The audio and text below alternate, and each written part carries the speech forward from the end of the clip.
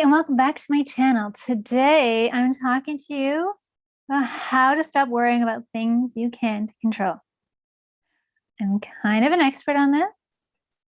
I've had lots of things that have happened to me that I've had zero control over. Because the reality of life is that there will constantly be things that we can't control. We have very little control over our lives. The only thing that we can control are our thoughts and how they affect our actions. That is it. I can control what I do when I get worried, but I can't control what might cause me to get worried, right? So, I've shared a bit about my journey that I've been through. And as I said, so I've shared a bit about what I've been through, and so many times things have come up that I have had zero control over. Like right now, I'm waiting, and for like a year for this thing on my head to heal or to spontaneously heal. It's not, or for a surgical intervention to help it to heal. For a year. Every day of that year being worried about what's going to happen and when, but that doesn't sound like fun. Or I could not do that and I could let go of those worries until the moment where I might need to actually worry about it, right? Like, there's no sense worrying about surgery until they're wheeling me into the OR. And even then it's a little too late, but I have no control over what happens in that moment. So why worry about it? And for you and in your life, there's something that's coming up, right? Maybe it's a launch of a product and you're excited about it, but you have no idea how the launch is going to go because you can't control that. So you can worry about it, or you can practice some mindfulness and let go of some of that worry and focus on the things that you can control leading up to the launch and put all your time and energy into that versus worry. In mindfulness, I teach this idea of the two arrows. So the first arrow is the inevitable pains of life, right? All of us are going to have something come up at some point that's going to cause stress, worry, fear. It is just a fact of life. There's always going to be something that we have to face. And that's just a fact. The second arrow is one of judgment and resistance. And this second arrow is optional. We do not need to face this arrow. And when it comes up, notice, oh, here's that second arrow, and we can let it go. So the second arrow might show up when you're resisting doing something because it's causing a lot of fear, right? Let's do an example. I want to launch a new product and I'm nervous about it because I have to tell people about it and I have to ask them to buy it. Nervous, right? I hate doing it. I'm not pitching anything in this video, but I hate doing it for bizarro reasons. Well, I won't say bizarro reasons because that's a judgment. There's that second arrow. Do you see how quickly it came flying? Didn't even notice it until it was out of my mouth. But that's what happens, right? So I'm nervous. I have to tell people about it. So I can sit in this place of worry. So I've got the launch. This is my concern. This is what I'm dealing with. And now I'm throwing on this worry on top of it. So now I've got this and this that I have to deal with. Well, that just makes everything worse. And I feel kind of crummy because I'm so worried about all the things that I got to do. And because I'm worried, all this extra mental energy is going to worrying about this. I have nothing and no control over this. The only control I have is to notice worries showing up. Let it go. And just deal with this. So breaking down the launch. Figuring out what are all the moving pieces to it. I don't teach on that kind of stuff because that is not my area of expertise. But the notice, feeling overwhelmed. All right. What's causing the overwhelm? All right, because I pay attention to my thoughts, pay attention to my emotions and the sensations in my body. I've been doing that with my mindfulness practice. So I'm noticing, okay, this is coming up. Now what? So I notice. So I notice. Okay, I'm feeling overwhelmed. Well, why am I feeling overwhelmed? Well, what's going to help me to feel less overwhelmed? Where can I, take time to maybe shut some things, to put some things aside, to delete? Maybe I don't need to do all the things that I think I need to do. Maybe I can just do some of these things. Maybe I can, excuse me, maybe I can outsource to some of the, like some tasks on Fiverr. I've never used it, so I'm not going to speak to that, but I know of it.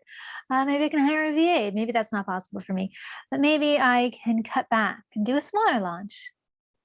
Or maybe I can spread out the launch so that I have time to do all the things that I want to do. Not all the things that I'm being told to do, right? Because we've talked before about tuning in and noticing what's right for me. And maybe I can make decisions from that place, and that can go in my launch. And so, how do we pay attention? So, we're going to do a practice because mindfulness helps us to notice, and we notice by paying attention, and we pay attention by meditating. And so, we're going to do just a short 10-minute practice together to help to notice worry, right? To notice our thoughts, to notice our emotions, and to notice how it's showing up in our body. So this practice that we're going to do is called the welcome mat. And it's called that because in this practice, we're going to put out, those welcome mats that you see outside of houses. We're going to put that out to thoughts, to emotions, and to sensations. And I will guide you through it so you'll know. I will be keeping an eye on the time. And at the end of the practice, I'm going to ring my little bell so you'll know when the practice is done. You can close your eyes or have what I call just a soft gaze in front of you so you're not really looking at anything. That's what I'm going to be doing. I said I will be keeping an eye on the time, so no need to worry. Closing your eyes, and we're going to start by breathing. Breathing in and out. Use our breath to guide us into our practice. Our breath guides us forward. I said we use it because it helps us to connect into this moment.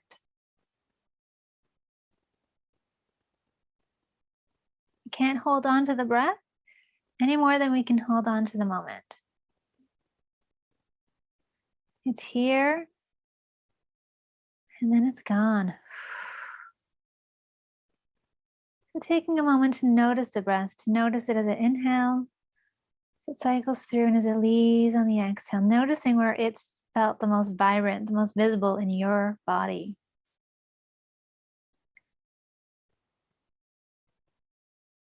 And then we're going to lay out, as I said, that welcome mat. So we're going to shift our awareness from the breath, putting it towards thoughts. So we're going to welcome in our thoughts, welcoming them like they're an old friend. No judgments, no resistance, just noticing each thought as it passes by, right? Noticing them like leaves floating down a stream or clouds floating past in the sky. You're not in the stream with the leaves, picking them up and analyzing them. You're sitting on the bank, watching them float past you. You're not up in the sky with the clouds. You're down on the grass, lying down with your, feet stretched out in front of you. Noticing, paying attention, just allowing thoughts to come and allowing them to go.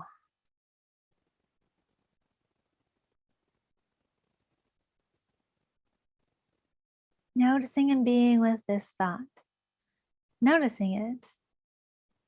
Not latching onto it and digging in deeper, not actively pushing it away, just being with this thought.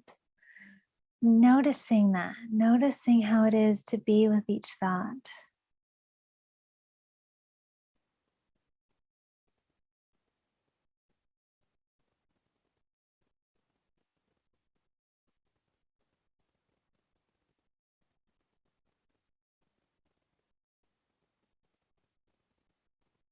And when we sit with our thoughts for a while, we might start to notice that emotions come up, right? Because our thoughts tend to feed our emotions. And so we might be thinking something, then it makes us feel anxious. So tuning in and noticing what emotions might be here. And like we did for thoughts, putting out that welcome mat and welcoming in our emotions. Oh, hello, anxiety. Welcome. Come in and have a seat. Oh, hello, anger. It's good to see you again. Please come in and join us. Each emotion is welcome to be here. You might notice feeling happy and sad, and right, which we often think of them as being two opposite emotions, but we're complex individuals, and sometimes, both can be present. Or maybe what's coming up for you, it just feels too hard to describe. That's fine too. You don't need to sit and analyze what emotion is this, just noticing what feels like it's here. You can't label it, that's fine. And, we might be trying to tap into emotions and then thoughts arise around that, and noticing, just come back from thoughts and back into emotions.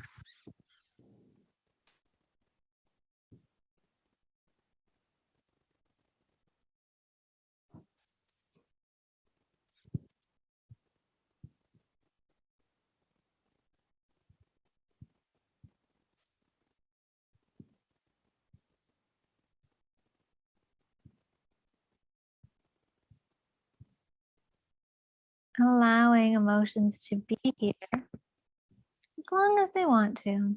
The thing is about our emotions, they tend to only last for about 90 seconds. What keeps them around is our thoughts.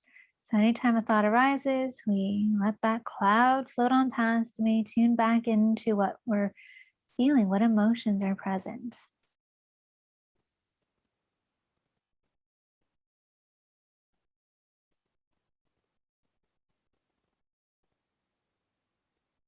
When we notice emotions, we might start to notice and pick up on some of the sensations that might be coming up with them.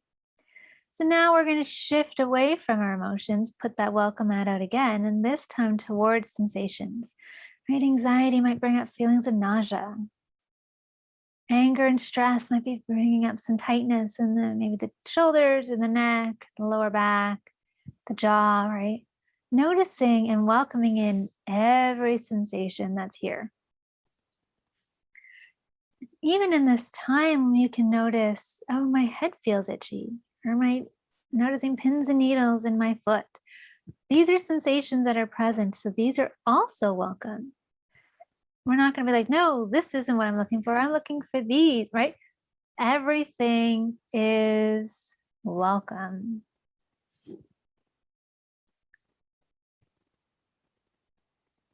And you can either start from the top of the head, scanning through, or just notice from sensation to sensation. Oh, there's pins and needles on my left foot. Oh, now the top of my head is itchy. Oh, now my nose is feeling a little itchy. Oh, now I'm feeling a little kind of pit in my stomach. Again, we're just sitting with the emotions, so we're not analyzing what's coming up for us. We're just allowing it the space to be here, and we're just going to sit with it.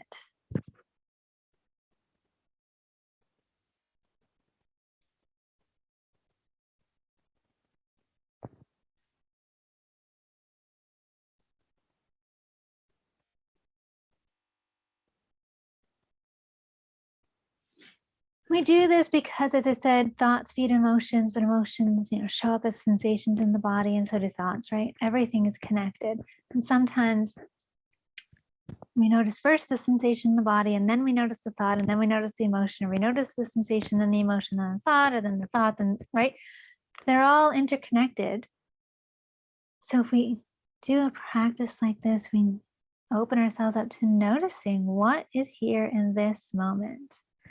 And we're going to shift one last time. So we've been with thoughts, then emotions, and then sensations.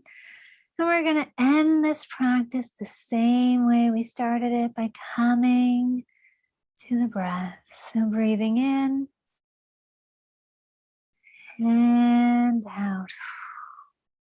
Allowing our breath to guide us out of this practice the same way it guided us in. Letting the breath connect us into this moment. Breathing in and breathing out. And then when you hear the sound of the bell, you can slowly and gently open your eyes and come back to the space. So that was less than 10 minutes. That was just about 8.5. So that, as I said, is called the welcome mat. And you can download an audio version of this practice in the notes below this video. I'll use the welcome mat practice in all of my teachings. It's helped numerous clients of mine to help them to learn how to be okay with what's going on when they're faced with worries, tuning in and noticing. And it's just a good meditation to help you kind of feel more relaxed and calm. You can do it every day. You can do it as needed, right? As I said, you can sign up below to download a copy. I hope that you got something out of this video and this conversation about worries and control.